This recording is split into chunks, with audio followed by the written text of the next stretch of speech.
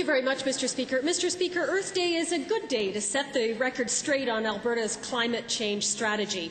The Minister of the Environment has repeatedly claimed that Alberta is first on climate change, but according to the latest Environment Canada report, Alberta is world leader only in the production of greenhouse gases, not in their reduction, and we're dead last in air quality. So to the Minister of the Environment, will the Minister reverse the government's present tepid commitment to wind power and their energy potential by working on the transmission line bottleneck in southern Alberta? The Honourable Minister. Well, Mr. Speaker, the issue of gridlock, so to speak, is the responsibility of the Minister of Energy. But I can tell this member that this government is committed to deal with the issue of access to the electrical grid. In fact, there are hearings taking place as we speak to deal with that exact issue. The wind is in southern Alberta. The demand is in central and northern Alberta. We need to be able to connect the two, Mr. Speaker. Honourable member. On that side of the House. I'm glad he agrees with me. Back to the same minister.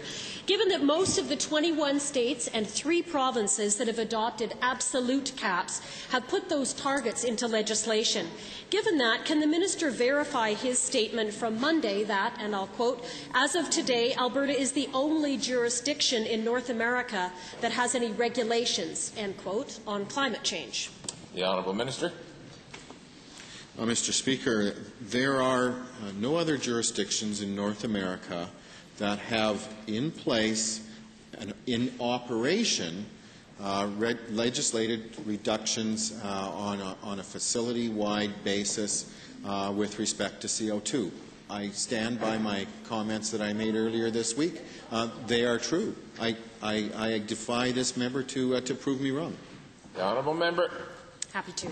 Next question, back to the same minister. Harris from Calgary wants to know when Albertans can expect targets for renewable energy productions that are backed up by a long-term plan emphasizing energy efficiency, wind, solar and geothermal, and reducing our reliance on coal-fired energy production. That would be environmental protection. The Honourable Minister. Mr. Speaker, there are so many people that get wrapped up in this cloak of targets and aspirational legislation. But the fact of the matter is that it doesn't matter what your targets are if you don't have a road map to get there. Right. We have a map to get there, Mr. Speaker. We are moving that envelope along.